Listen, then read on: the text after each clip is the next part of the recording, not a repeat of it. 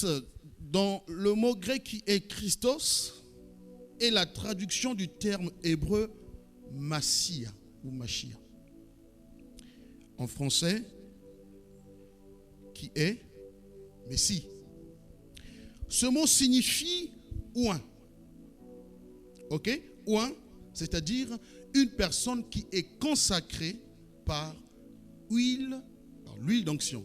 Lorsqu'on a fait le séminaire ici, vous vous souvenez du thème du séminaire qu'on a eu au mois de janvier? Hein? J'ai défini le Christ en long et en large. Donc, Christ signifie être oint par huile d'onction, mise à part. Et qui peut-on oindre? Nous avons dans l'Ancien Testament et dans le Nouveau Testament des gens qui ont été oints. Mais dans l'Ancien Testament, lorsque nous lisons, vous pouvez noter dans Exode 29, le verset 7, la Bible dit: tu prendras l'huile d'onction, tu en répandras sur sa tête et tu l'oindras. Il s'agit ici de Aaron et ses fils, qui devaient être mis à part, consacrés pour le sacerdoce par l'huile d'onction. Amen. Ok. Maintenant, dans la Nouvelle Alliance, on peut aussi oindre les gens ou des personnes par une autre manière. Par exemple, dans Jacques 5, verset 14, on nous dit: quelqu'un parmi vous est-il malade, qu'il appelle les anciens de l'Église et que les anciens prient pour lui en l'oignant d'huile au nom du Seigneur. Donc, c'est une action qu'on peut accomplir dans la Nouvelle Alliance, oindre quelqu'un en l'oignant d'huile. D'accord? Dans Ésaïe 61, verset 1, vous pouvez noter aussi, Jésus va dire ceci: l'Esprit du Seigneur, l'Éternel est sur moi, car l'Éternel m'a oint pour porter la bonne nouvelle aux malheureux. Il dira la même parole dans Luc 4, le verset 18-24. J'espère que vous êtes en train de noter. Ok? Jésus dit que j'ai été oint, dans Luc 4, verset 18 à 24, pour annoncer la bonne nouvelle. Donc le fait que je me tiens devant vous ce matin, j'ai été oint pour prêcher, pour annoncer la bonne nouvelle. Tu peux être malade et on peut te oindre d'huile pour être guéri.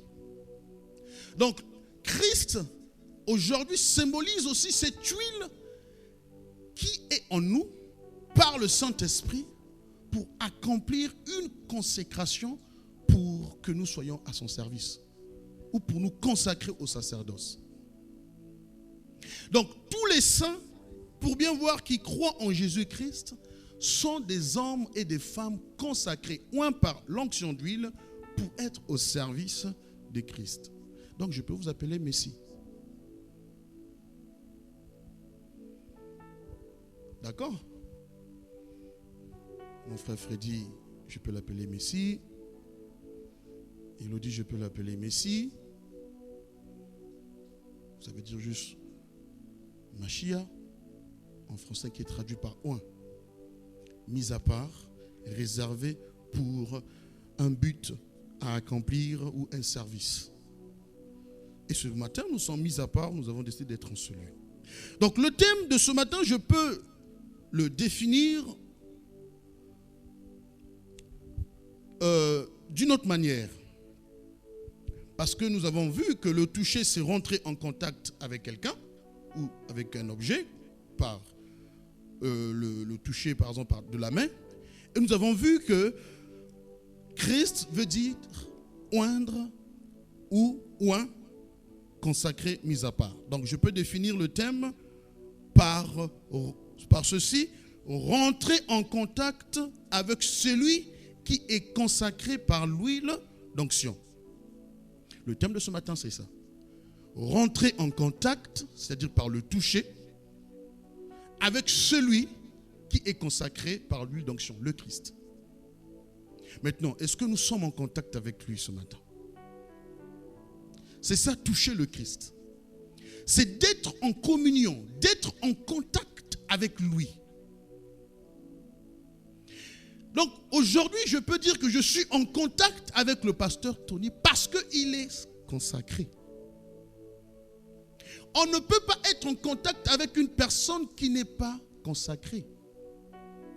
Moi, en tant que consacré, toi, en tant que consacré, parce que tu es oint par le Saint-Esprit aussi, qui symbolise l'huile d'onction qui tombe sur toi, tu ne peux pas être en contact avec ceux qui ne sont pas consacrés.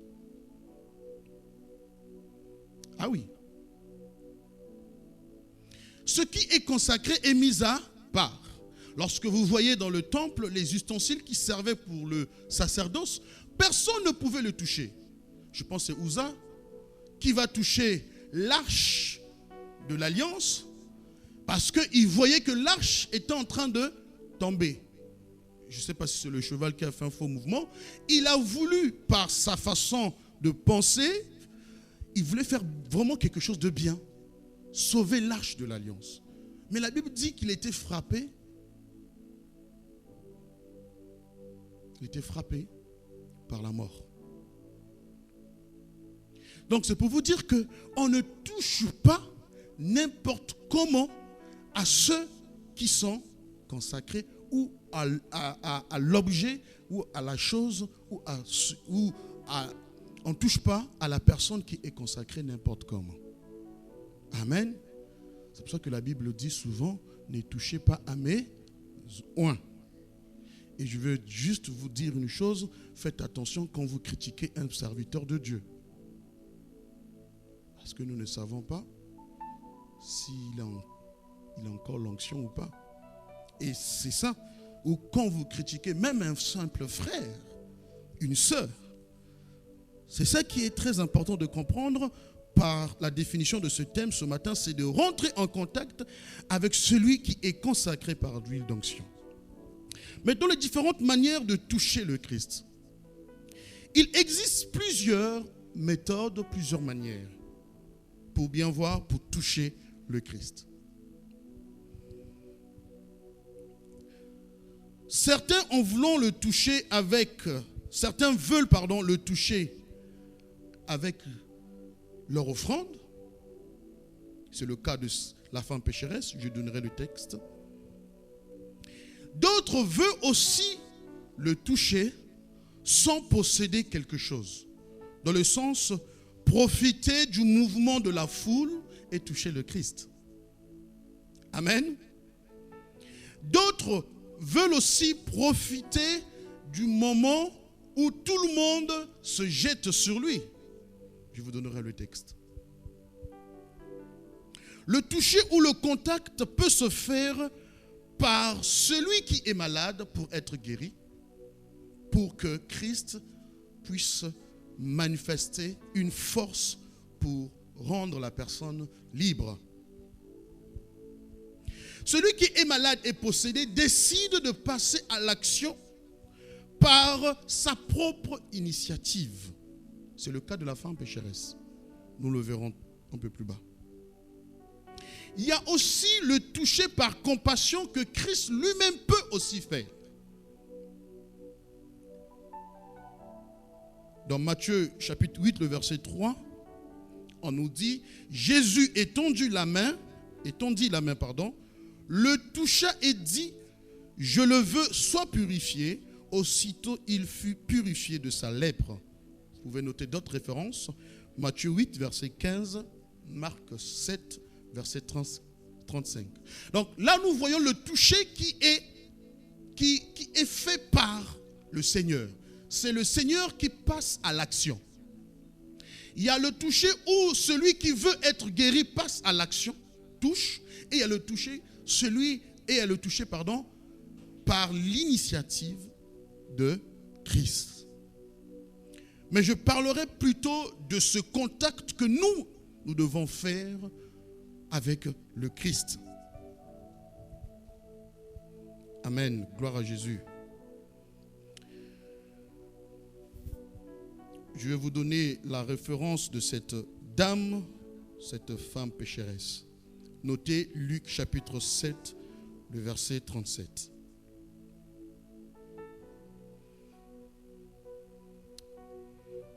Dans 2 Rois chapitre 4, le verset 27, je vais lire avec vous. Et dès qu'elle fut arrivée auprès de l'homme de Dieu sur la montagne, elle embrassa ses pieds. Ça, c'est pas la femme pécheresse. Vous voyez déjà l'action d'embrasser les pieds. Géasi, qui est le serviteur d'Élisée, s'approcha pour le repousser, mais l'homme de Dieu dit, laisse-la, car son âme est dans l'amertume, et l'Éternel me l'a cachée, et ne me l'a point fait connaître. Ici, nous voyons le toucher de cette femme qui révèle l'état de son être intérieur. Donc, le toucher permet aussi de révéler l'état d'âme d'une personne, ou l'esprit ou la pensée de quelqu'un. Le toucher permet de reconnaître aussi l'amertume qui se trouve dans l'âme par le toucher. Le toucher révèle l'état intérieur de l'homme. Donc, le fait que je peux te toucher par mes mains, je peux connaître le fond de ta pensée. Par le toucher, ou juste le fait de te dire bonjour par la main, bon, aujourd'hui on ne peut plus le faire avec le Covid, ou même par la façon de s'embrasser lorsqu'on fait des bisous, je peux savoir qui tu es. Parce qu'il y a un contact. Alléluia. Lorsque nous voyons dans ce texte, l'homme de Dieu n'avait pas la connaissance de ce qui était dans le cœur de la femme qui embrassait ses pieds. Mais Dieu lui avait caché ce secret. Il le dit lui-même. Dieu me l'a point révélé. Donc il y a certaines révélations de la vie d'un homme. Nous ne pouvons avoir ou connaître ces révélations que par le toucher. Dieu peut me cacher l'état de ton cœur, mais si je te touche, j'ai la révélation. C'est ce qui se passe ici. Laisse-la, car son âme est dans l'amertume. Son âme était dans l'amertume. Mais par le toucher, par le contact, le serviteur de Dieu reçoit la révélation. Donc télécharge le fichier qui était bloqué par un virus, je ne sais pas. Bon, ça c'est moi qui y pense. Par le toucher, tu peux télécharger les informations qui sont dans la vie d'une personne. Bon, maintenant, n'ayez pas peur qu'on puisse vous toucher. Est-ce que vous voulez que je vous touche ce matin? Alléluia, c'est Christ qui va vous toucher. Donc, dans la Bible, le toucher peut définir ou définit l'action de s'attacher à quelqu'un ou à quelque chose ou un objet, peut aussi définir l'action d'adhérer à quelqu'un ou un objet. Alléluia. Donc si la chair, ce bois est impur, par le contact, si je le touche, moi aussi je deviens impur. C'est pour cela que si tu vas avec une femme ou avec un homme qui a des esprits impurs, par le contact et par le toucher, il y a transmission. C'est pour ça que la Bible dit que celui qui va avec une femme prostituée, vous connaissez ce verset, s'attache. Alléluia. Si je trompe ma femme, je m'attacherai à cette femme-là par le contact. C'est pour cela il faut faire attention par rapport au rapport extra-conjugal. Donc vous comprenez avec moi que le toucher transmet les informations. Le toucher communique. C'est pour cela que ceux qui sont consacrés, on ne devait pas les toucher n'importe comment. Comme le cas de celui qui avait la lèpre ne pouvait pas toucher le sacrificateur ou ceux qui étaient dans le camp. On les obligeait de s'éloigner. Amen. Le toucher, c'est un moyen de communication ou d'information, car par le toucher, nous communiquons l'état de notre esprit, de notre être. Amen.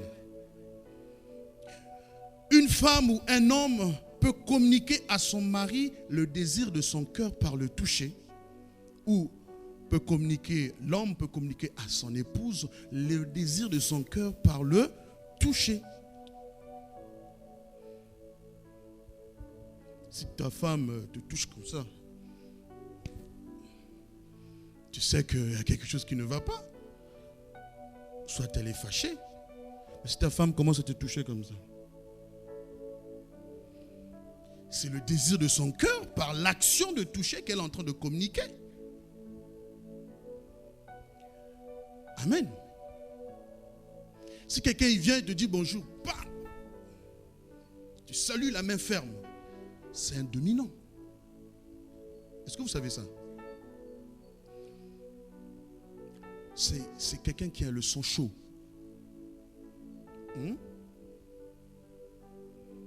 C'est souvent des colériques. Je vous dis la vérité. C'est des gens ils ont le sang chaud. Par le toucher, le contact avec la main, c'est ferme. C'est un dominant. Mais quand tu touches la main et je ne sais pas comment on peut expliquer ça. Molle, voilà, merci Lévi. Tu vois que cette personne est faible. Ou est douce. N'est pas violent. Et pour vous prendre un exemple, regardez les salutations, la salutation, le toucher de Macron avec Trump. Regardez ça sur YouTube. Ils ont mis le temps pour... Pourquoi? Macron ne voulait pas que Trump puisse montrer que c'est un dominant. Que je suis le président des États-Unis, voilà, ferme. Macron ici, il était là. Les deux, ils étaient là. Voilà, tu es le président, moi je suis le président de la France. D'accord? Voilà. On est des autorités, on est des autorités. Donc, le toucher peut définir la personnalité de la personne. Ok? Maintenant, avec quoi touches-tu le Seigneur? Celui qui est consacré, le oint. Nous avons la possibilité de le toucher de différentes sortes de manières. Ou de différentes manières. Ou par différents moyens. Notre toucher peut se caractériser par une action sensuelle, c'est-à-dire physique ou corporelle. Ne pensez pas à autre chose. Je parle de physique ou corporelle. Le texte que je vous ai donné de Luc 7, verset 37, on va le lire. Voici une femme pécheresse qui se trouvait dans la ville ayant ce qu'il était à table dans la maison du pharisien, apporta un vase d'albâtre plein de parfum et se tint derrière aux pieds de Jésus. Elle pleurait et bientôt elle lui mouilla les pieds de ses larmes, puis les essuya avec ses cheveux, les embrassa et les oignit de parfum. Par ce toucher, c'est beaucoup des éléments que je trouve qui est un peu à l'ouest. Prendre ses cheveux, les larmes, embrasser les pieds. C'est comment?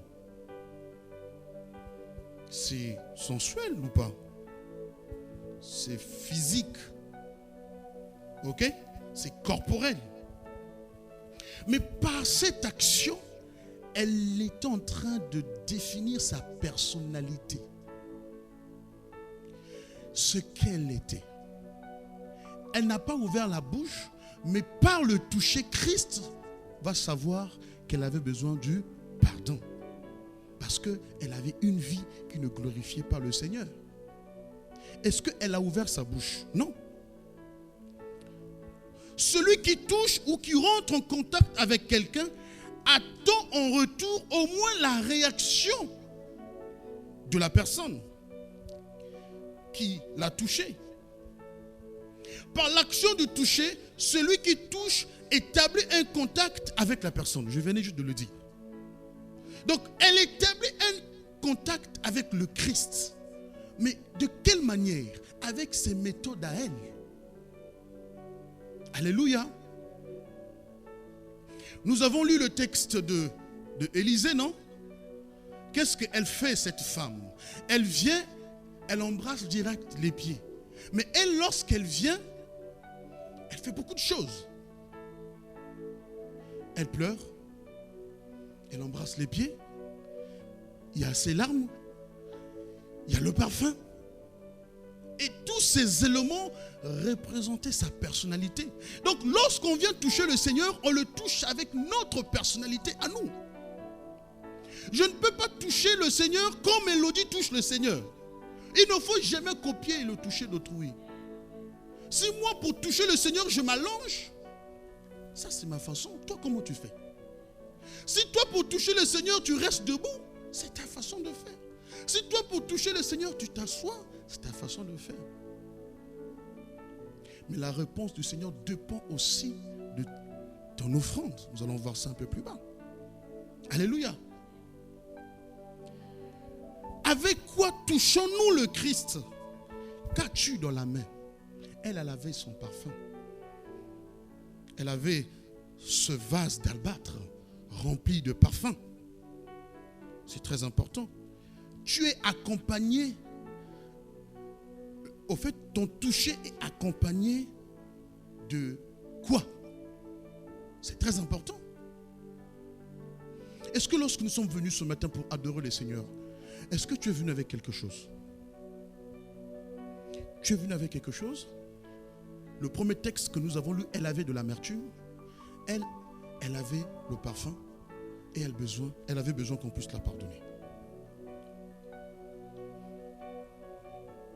Alléluia.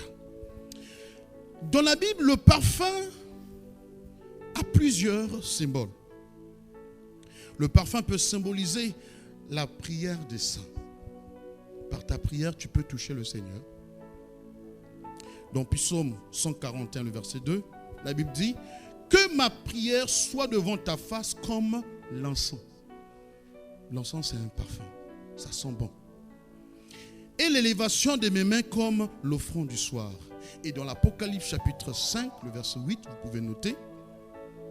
Quand il eut pris le livre, les 4 êtres vivants et les 24 vieillards se prosternèrent devant l'agneau, tenant chacun une harpe et des coupes d'or remplies de parfums qui sont les prières des saints. Donc ta prière, c'est un parfum.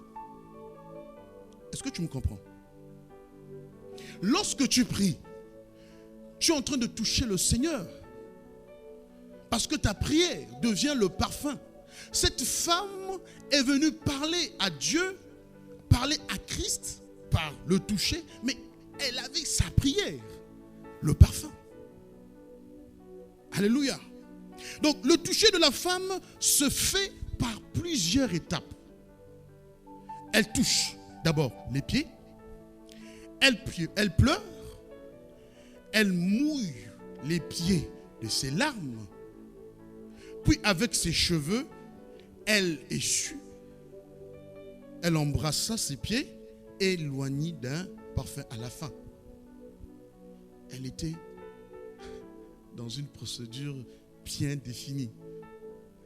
J'aime bien sa façon de faire. Elle est organisée dans la façon de prier. D'accord ou pas?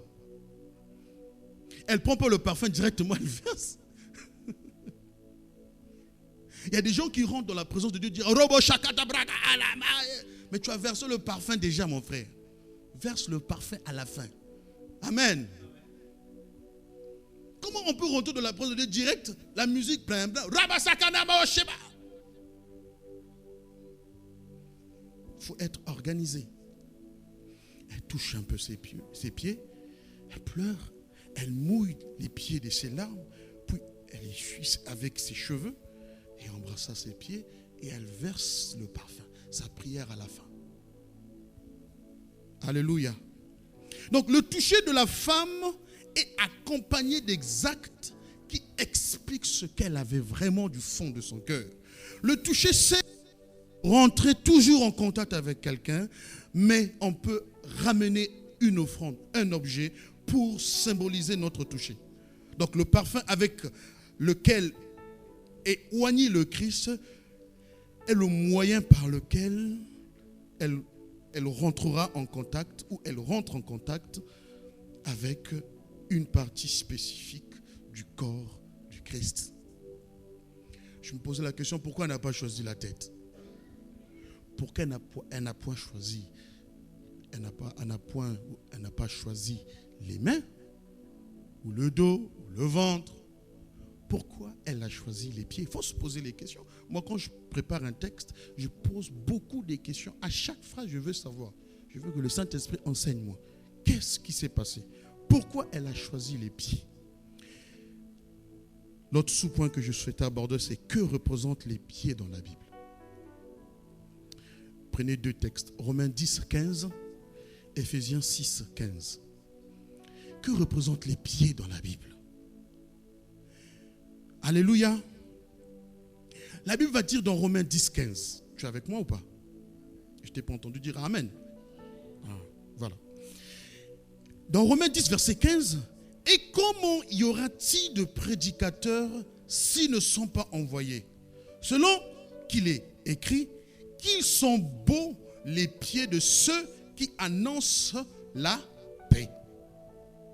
Amen. De ceux qui annoncent de bonnes nouvelles.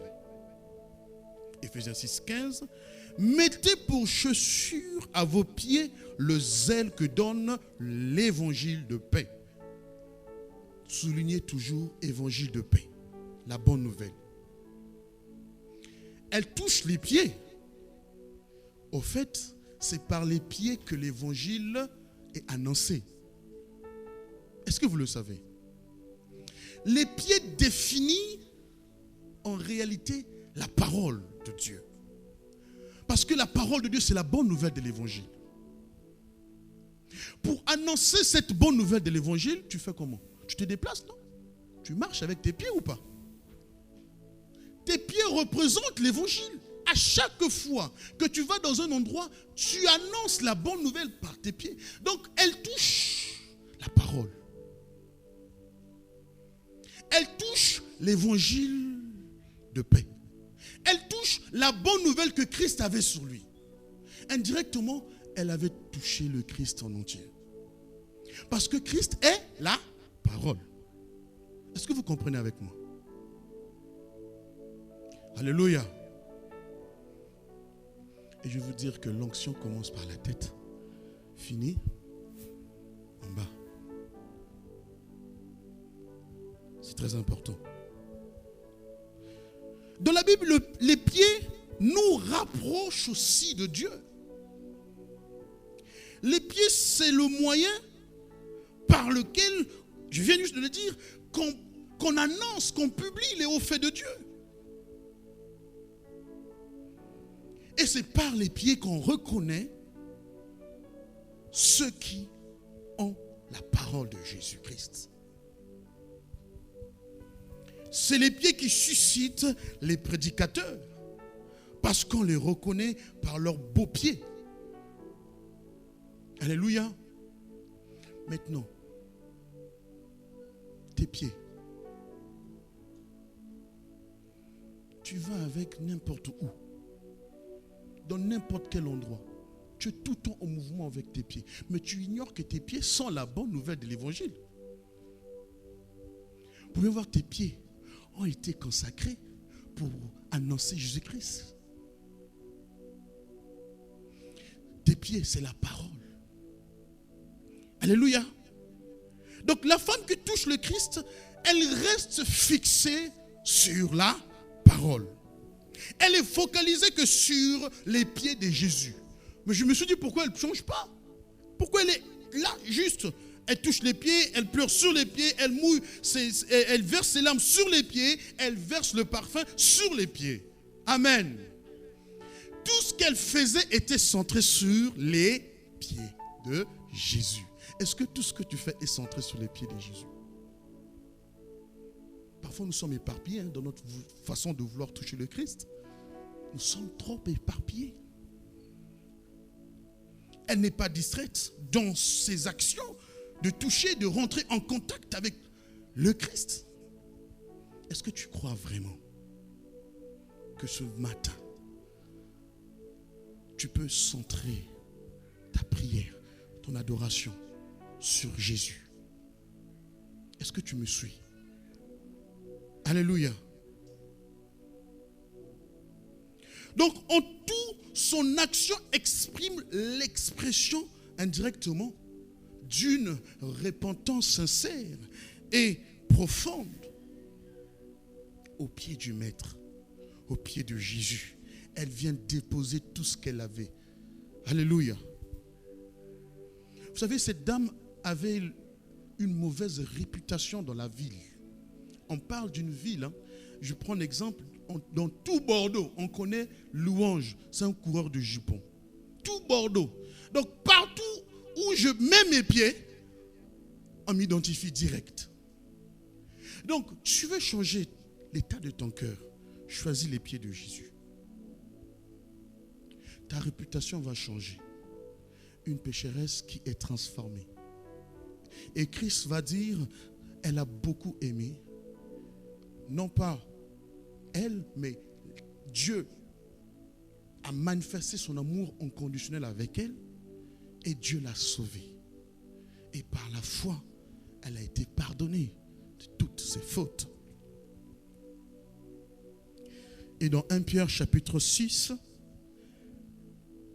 le verset 6, la Bible dit, humiliez-vous donc sous la puissante main de Dieu afin qu'il vous élève au temps convenable. Et déchargez-vous sur lui de tous vos soucis, car lui-même prend soin de vous. Avec quoi touchons-nous réellement le Seigneur ce matin? Est-ce que tu déposes vraiment tout ce que tu as au pied de Jésus-Christ? Alléluia. Je veux vraiment que ce matin, que tu déposes tout ce que tu as à ses pieds.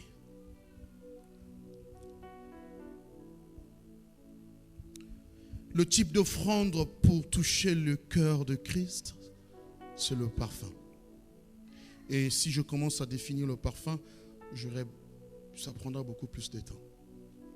Mais comprenez avec moi, le parfum symbolise le caractère d'un adorateur. Et c'est par le parfum que Dieu agrée, par l'odeur que Dieu agrée une offrande. Nous allons lire dans Genèse chapitre 8, verset 28. Ça doit sentir bon lorsque tu viens dans la présence de Dieu. Ton adoration doit sentir bon. Alléluia. Et lorsque nous lisons dans Genèse chapitre 8, verset 21, parce que je vais vous dire une chose. L'adoration, le parfum de bonne odeur qui monte vers le Seigneur, change les décisions de Dieu. Au fait, joue à ton faveur. Joue à ta faveur, pardon. Dans Genèse 8, verset 21. L'Éternel, écoutez-moi, c'est très bien. L'Éternel sentit une odeur agréable. Et l'Éternel dit à son cœur. Est-ce que vous êtes en train de me suivre? Le parfum a une place importante dans le culte, dans l'adoration. Et réellement, ce sont que des prières. La Bible dit, l'Éternel sentit une odeur. Lorsque nous prions, Dieu sent. Oh, la prière de louange, oh là là. Dieu sent. sens, oh, la prière de Jacques. Cette prière. Bon, c'est moi qui exagère, il ne ferme pas le nez. Mais Dieu sent nos prières. Regardez maintenant la suite. Regardez la suite. L'Éternel s'est posé les questions dans son cœur. Et il prend une décision. Il dit, je ne maudirai plus la terre. Qu'est-ce qui pousse l'Éternel à prendre la décision de ne plus maudire la terre si ce n'est que cette odeur agréable qui monte vers lui? Alléluia. C'est à l'époque de Noé. La terre est maudite parce que l'homme est corrompu. Mais à cause d'un homme qui adore le Seigneur, qui fait monter une prière d'une odeur agréable à lui, Dieu change tout dans son cœur. C'est fort. L'Éternel peut avoir des projets. Je ne dis pas, je voulais dire des projets de malheur, mais non. Dieu n'a pas de projet de malheur. Mais par des bêtises que tu as fait, Dieu peut te rejeter. Dieu peut ne plus vouloir être en accord avec toi.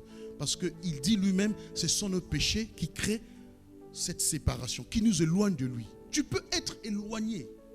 C'est comme l'homme s'est éloigné de Dieu à l'époque de Noé. Mais qu'est-ce qui se passe? L'Éternel, à cause d'un homme, décide de ne plus penser à détruire la terre à cause de l'homme. Donc ton adoration, ta prière est capable de changer les décisions célestes. Par ta prière, tu changes les décisions célestes. Est-ce que tu sais ça? Lorsque tu adores, tu fais monter un parfum d'une odeur agréable à Dieu. Les décisions commencent à changer dans le conseil de Dieu pour ta vie. Alléluia. Si tu étais quelqu'un qui n'était plus favorable, tu commences à être favorable. La terre, Dieu n'avait plus ses intérêts sur la terre. L'Éternel n'accordait plus son attention parce que le cœur de l'homme était éloigné. Mais il prend la décision, je ne maudirai plus la terre à cause de l'homme parce que les pensées du cœur de l'homme sont mauvaises dès sa jeunesse. Mais il prend cette décision de ne plus à cause de l'homme parce que Noé adore. Alléluia. L'offrande que tu apportes dans la présence de Dieu doit être par sa qualité d'une odeur agréable. Faisons des prières agréables. Alléluia. Et vous allez voir que Jésus aussi fera de même. Par l'offrande et la manière d'adorer de cette femme, elle accorde à cette femme le pardon. Alléluia. Gloire à Jésus. D'autres méthodes pour commencer à tomber dans ma conclusion. D'autres méthodes dans Marc 3,10 du toucher. Vous allez voir que dans Marc 3,10, la Bible dit, car comme il guérissait beaucoup de gens, tous ceux qui avaient des maladies se jetaient sur lui pour le toucher. Si tu n'as pas la méthode de la femme, c'est compliqué pour toi de prier. Jette-toi sur le Jésus. Amen. C'est pas écrit. Le fait que tu sais que Jésus guérit beaucoup de gens, Jésus transforme, Jésus restaure, et que tu n'arrives pas. Moi, j'appelle ça la méthode la plus facile. Jette-toi seulement sur lui. Rentre dans le bain. Hein? Jette-toi. Si tu n'as rien avec toi, tu n'as pas une offrande, tu ne sais pas prier, jette-toi. Comme font ces gens qui étaient malades. Je vais un peu plus vite. Et les conséquences qu'a l'effet de toucher le Christ, c'est dans Luc chapitre 6, verset 18. La Bible dit, ceux qui étaient tourmentés par des esprits impurs étaient guéris, et toute la foule cherchait à le toucher qui le Christ. Si tu ne peux pas faire comme la femme, pécheresse, si tu n'arrives pas à se jeter, tu es dans la foule, cherche. Cherche, même par tâtonnement, tu vas le trouver. Tu vas le toucher. Alléluia. Car la Bible déclare, je vais commencer à conclure, car la Bible déclare que lorsqu'on touche le Christ, alléluia. Parce que ce matin, quand on était en train de chanter, Elia, Elia, Elia, j'attendrai jusqu'à ce que ta gloire me touche. Moi, dans mon cœur, j'étais en train de penser à ce message. Je dis, Seigneur, moi, je veux te toucher parce que j'ai des problèmes dans mon cœur. Amen. La Bible dit que lorsqu'on touche Jésus, alléluia, une force spirituelle sort de lui pour accomplir le miracle. Jésus se posera la question, qui m'a touché? Cette femme qui avait de l'espoir de toucher juste le pont de sa robe. En fait, en réalité, pour terminer, toucher le Christ te donne la guérison, résout les problèmes que tu as. Mais la question que je me pose, est-ce que nous le touchons réellement, sincèrement, ou nous touchons les Christ par intérêt? C'est ça, c'est pour cela que parfois ça ne marche pas. Et dans Deutéronome 16, la partie B, on dit souvent, on ne paraîtra point devant l'Éternel les mains vides. Souvent, je dis toujours à certaines personnes, si tu veux toucher le Seigneur, ne viens pas les mains vides. Fais comme cette femme-là. Et nous aurons la semaine d'action de grâce qui va commencer. Si tu veux toucher le Seigneur par rapport à ta situation, viens avec quelque chose. Amen. J'ignore quelle est la méthode d'approche que tu utilises pour toucher le Seigneur, mais je veux juste te dire une chose. Je t'ai présenté 3 méthodes. Tu fais comme la femme qui était organisée. Soit tu te jettes sur lui, soit, vu que la foule est en train de le toucher, vas-y seulement. Jésus-Christ n'a pas défini une méthode pour toucher son cœur. Je ne sais pas qu'est-ce que tu as ce matin. On va prier ce matin. Je veux vraiment là où tu es. Le chagrin de ton cœur, tout ce que tu as, l'amertume, toutes les choses qui t'encombrent. Je ne sais pas quelle est la situation qui te trouble. Mais je viens te démontrer que par le toucher, tu rentres en contact avec le Christ. Tu ne rentres pas en contact avec un homme. Je ne sais pas si tu m'as suivi ce matin. Amen. Je vais inviter Élie de venir, je vais prier. Je ne vais pas vous toucher. Je veux que tu touches celui qui est consacré ce matin, Christ, le oint. Quelque chose va se passer dans ta vie. Si tu es malade, tu seras guéri. Sois sincère seulement. Ne vois pas ma personne, mais commence à voir le Christ. Bien-aimé, si toutes ces personnes qui ont touché la parole, les pieds de Jésus, comme je vous ai dit, qui représentent l'évangile de la bonne nouvelle, je te dis ce matin, il y a une bonne nouvelle pour toi. Parce que tu es en train de toucher les pieds.